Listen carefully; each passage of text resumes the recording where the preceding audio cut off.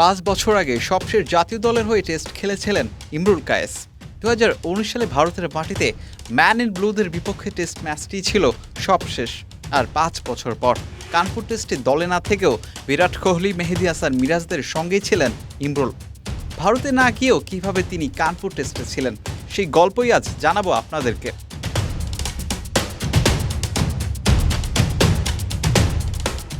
ইমরুল মিরাজের হাত ধরে এমকেএস ব্যাট দেশ ও দেশের বাইরে বেশ সুনাম অর্জন করে চলেছে।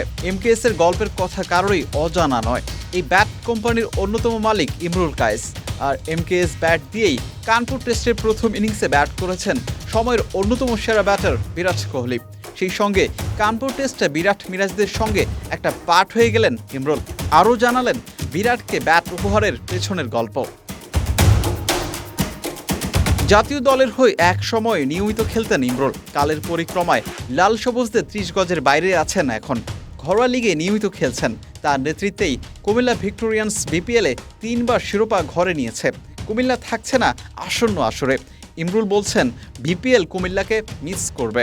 লাস্টবার আপনি কুমিল্লায় খেলেছেন, কুমিল্লা দলটা এত বছর ছিল, এবার নাই, সেক্ষেত্রে আপনি কি বলবেন ব্যাপারটা নিয়ে? দেখুন, প্রথমত হচ্ছে যে না থাকলে তো এটা আমার কিছু করার নেই, আমার হাত নেই। যেহেতু কুমিল্লার মতো ফ্র্যাঞ্চাইজি একটা, আমি মনে করি যে বিপিএলে থাকাটা কিন্তু বিপিএলের জন্য ভালো, কারণ ওনারা এত বড় একটা দল এবং সবসময় ভালো টিম তৈরি করে, বড় বড় তারকা প্লেয়ার নিয়ে আসে।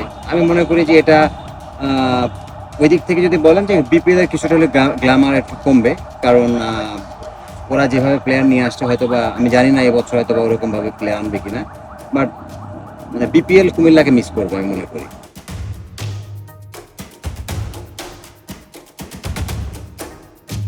বিলাল হোসেন শিমুল, ভিডি আর্কাইভ।